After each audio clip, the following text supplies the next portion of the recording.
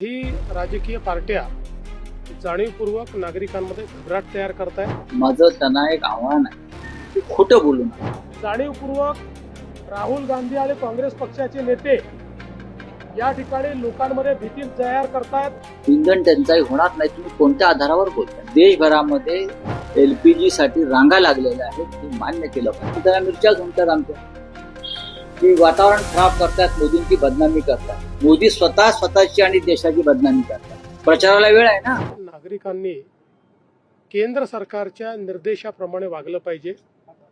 काही राजकीय पार्ट्या जाणीवपूर्वक नागरिकांमध्ये घबराट तयार करतायत, त्याच्यामुळे पॅनिक सिच्युएशन होऊन असलेली चांगली परिस्थिती खराब होण्याची संभावना तयार होते। लोक साठवणूक करतील जर त्यांच्या मनामध्ये अशा प्रकारची भीती निर्माण केली तर।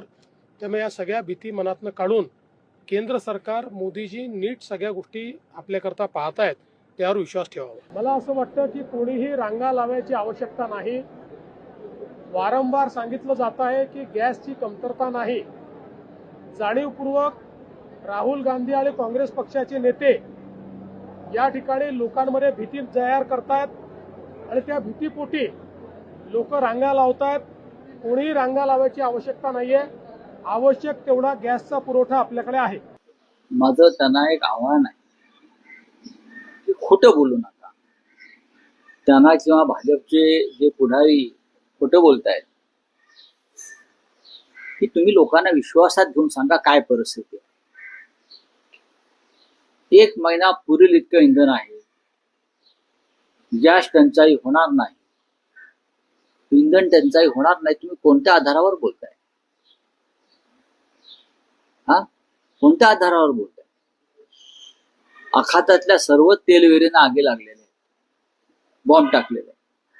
काल इराणच्या खर्ग नावाच्या बेटावर बॉम्ब टाकून इंधन विहिरी जाळण्याचा प्रयत्न सुरू झाला। ट्रम्प म्हणतोय मला इराणवर बॉम्ब टाकायला मजा येते। काय? माणसं मारायला ज्या माणसाला मजा येते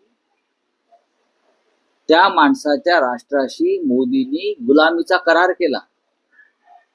मजा येते म्हणे माणसं मारायला। इंधनाची टंचाई आहे, मान्य केलं पाहिजे। गॅसची टंचाई आहे, हे मान्य केलं पाहिजे। देशभरामध्ये LPG साठी रांगा लागलेल्या आहेत, हे मान्य केलं पाहिजे। मुंबई सारख्या मोठ्या शहरात म्हणजे बाहेर सुद्धा 40% हॉटेल व्यवसाय बंद पडलेला आहे आणि कामगार गावाकडे परत आहेत, हे मान्य केलं पाहिजे। अनेक तीर्थक्षेत्रामध्ये मिळणाऱ्या प्रसादामध्ये कटौती केलेली आहे, हे मान्य केलं पाहिजे। फक्त मोदींच्या नावानं भजन करून आणि धार्मिक भावना निर्माण करून इंधन तुटवडा संपणार नाही, युद्ध संपणार नाही आणि LPG गॅसच्या रांगा थांबणार नाही। ते भारतीय जनता पक्षाने एकदा आत्मचिंतन करून समजून घेतलं पाहिजे। तर आता आम्ही काय बोललो की मुख्यमंत्र्यांना मिरच्या झुंकतात आमच्या की वातावरण खराब करतात, मोदींची बदनामी करतात। मोदी स्वतःची आणि देशाची बदनामी करतात। प्रचाराला वेळ आहे ना।